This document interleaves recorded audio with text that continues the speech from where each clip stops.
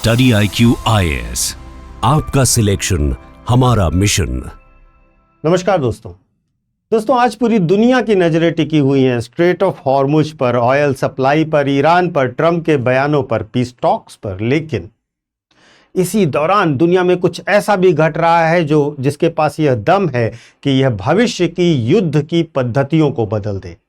मैं बात कर रहा हूं रूस और यूक्रेन वॉर की, जहां पर आज यानी कि 15 अप्रैल 2026 को एक ऐसी घोषणा की है यूक्रेन के राष्ट्रपति जेलेंस्की ने। एक ऐसा दावा किया है कि इतिहास में पहली बार रूसी सैनिकों की एक पूरी टुकड़ी को किसी इंसान के सामने नहीं बल्कि रोबोट्स के सामने सरेंडर करना पड़ा है।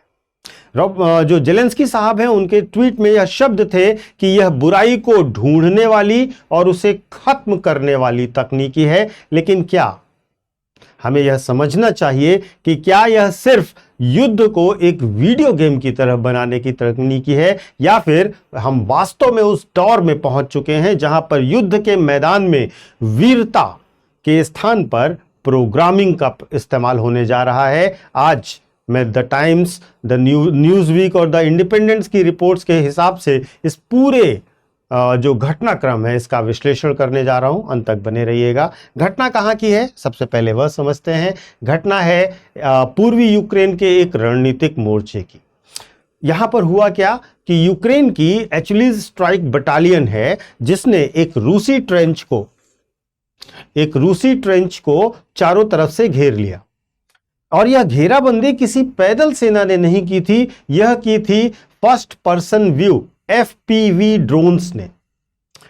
इसके बाद जब रूसी सैनिक बंकर से बाहर निकलते हैं तो उन्होंने इंसानी सैनिकों को नहीं बल्कि छोटे छोटे अनमैन्ड ग्राउंड व्हीकल्स को, UGVs को अपनी ओर आते हुए देखा। और इन रोबोट्स के हाथ में भारी मशीन गन्स थे।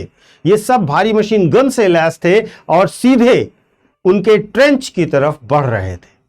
अब महत्वपूर्ण रूप से रूसी सैनिकों के पास महज दो विकल्प थे।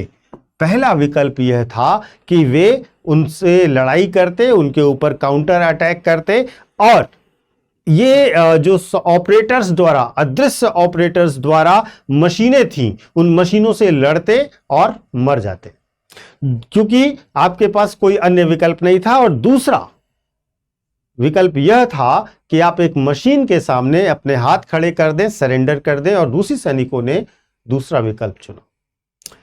जेलेंस्की साहब ने इसे ऐतिहासिक मोड़ कहा है, क्योंकि उनका तर्क है कि तकनीकी ने जो रूसी सेना का अब तक का सबसे बड़ा घमंड था, संख्या बल, उसको तोड़ दिया है। और यह एक रिमार्केबल हिस्टोरिकल इवेंट है, यह कहना है जेलेंस्की साहब का।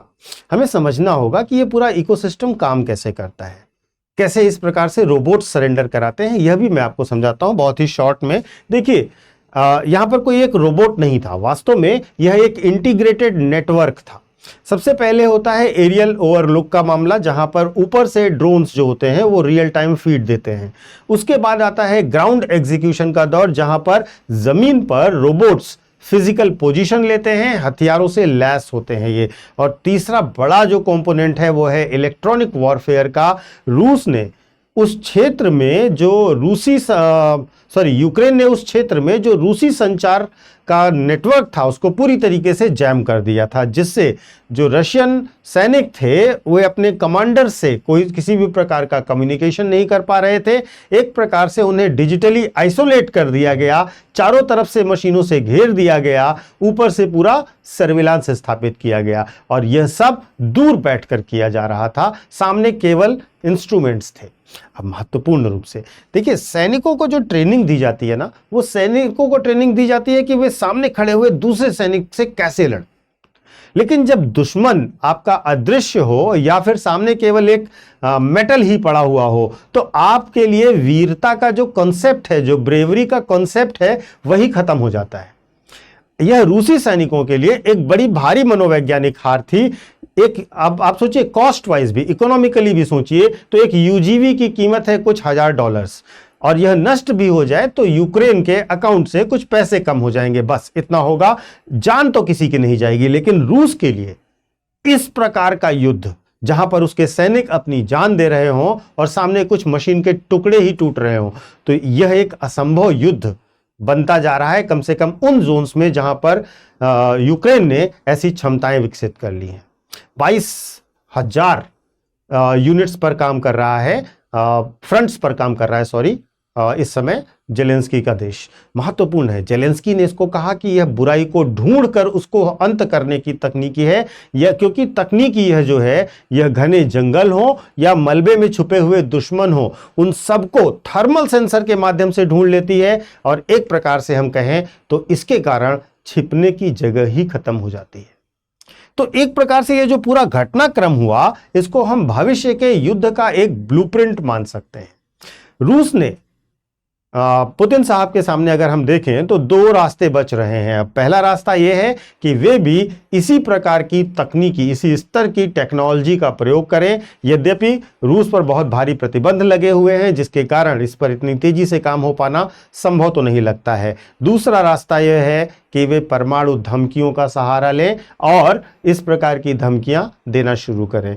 दुनिया में अगर हम देखें तो सबसे बड़ी बात यह है, अमेरिका हो, चीन हो या भारत हो, ये हम सारे देश इस युद्ध से सीख रहे हैं कि भविष्य में टैंक और पैदल सेना के सामने, या टैंक और पैदल सेना केवल तभी काम आ सकेंगे जब आपके पास डिजिटल कवर होगा, नहीं तो ये सब वेस्ट हो जाएंगे। ड्रोन्स का प्रयोग और ड्रोन्स की शक्ति का एहसास आपने अभी ईरान वॉर में भी देखा होगा। अमेरिका के महंगे महंगे फाइटर जेट्स ड्रोन्स ने उड़ा दिए, महज कुछ $1,000 कुछ $1,00,000 की ड्रोन्स उन्होंने उड़ा दिए, पूरे आप देखोगे पूरे इंफ्रास्ट्रक्चर्स को उड़ा दिया। ये ड्रोन वॉरफेयर आप देखिए भविष्य के वॉरफेयर का सबसे क्रिटिकल कंपोनेंट होता जा रहा है, महत्वपूर्ण रूप से।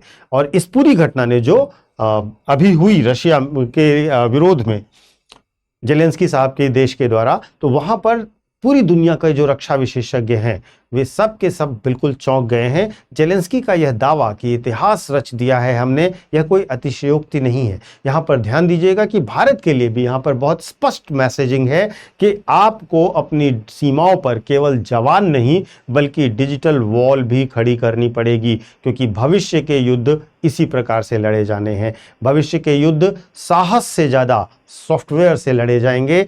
असली आप सोचिए, अगर मशीनें सैनिकों को सरेंडर करवा सकती हैं तो इसका मतलब यह हुआ कि युद्ध अब जमीन पर कम दिमागी रूप से ज्यादा लड़ा जाएगा। क्या आप इस अगले एल्गोरिदम वॉर को समझ पाए हैं, और आपको क्या लगता है, क्या हमारा देश इस प्रकार के वॉरफेयर के लिए तैयार है या तैयार हो रहा है? अपने विचार कमेंट करके अवश्य शेयर कीजिएगा। मैं आपको अपने सोशल मीडिया हैंडल्स बता देता हूं। यूपीएससी मेंटर पंकज सर के नाम से आप मुझे कनेक्ट कर सकते हो इंस्टा और टेलीग्राम पर। यहाँ पर मेरे आपको सारे वीडियोस के लिंक मिल जाएंगे और साथ ही साथ आप वेल कनेक्टेड रहेंगे सारे अपडेट्स के साथ। इसके साथ साथ वे बच्चे जो यूपीएससी की तैयारी करना चाहते हैं, जिनका लक्ष्य वर्ष 2027, 2028 या 2029 है, वे हमारे साथ कनेक्ट हो सकते हैं, हमारे बैचेस को ज्वाइन कर सकते हैं। हमारे बैचेस में आपने देखा होगा लास्ट ईयर बहुत बड़ी सफलताएं प्राप्त की हैं, और उन बड़ी सफलताओं को सेलिब्रेट करते ही हम लोग अचीवर्स कार्निवल सेल इस समय चला रहे हैं, जिसके कारण आपको लोएस्ट प्राइस पर अपने सारे बैचेस अवेलेबल करा रहे हैं। तो आपका माध्यम यदि हिंदी है, इंग्लिश है, या आप बाइलिंगुअल क्लासेस चाहते हैं, सारी सुविधाएं हमारे बैचेस में अवेलेबल हैं। हमारे बैचेस की डिटेल आप डिस्क्रिप्शन बॉक्स में दिए गए लिंक पर जाकर या फिर हमारे ऐप या वेबसाइट पर जाकर देख सकते हैं। वहां पर आपको डेमो क्लासेस भी मिल जाएंगे, आप आराम से उन्हें देखिए। चीज़ों में कोई कन्फ्यूज़न होता है, ज्वाइन करने में कोई समस्या होती है, तो आप डिस्प्ले हो रहे नंबर पर कॉल भी कर सकते हैं। वहाँ पर आपको सपोर्ट टीम पूरे तरीके से जानकारी और सपोर्ट दे देगी। महत्वपूर्ण रूप से इस कोर्स को खरीदने से पहले एक कोड ध्यान रखिएगा, पीके लाइव। इस कोड को लगाते ही आपको मैक्सिमम डिस्काउंट ऑफर होगा, तो देर मत कीजिए, जल्द से जल्द ज्वाइन कीजिए। मिलते हैं, thank you. Study IQ IAS, आपका सिलेक्शन हमारा मिशन।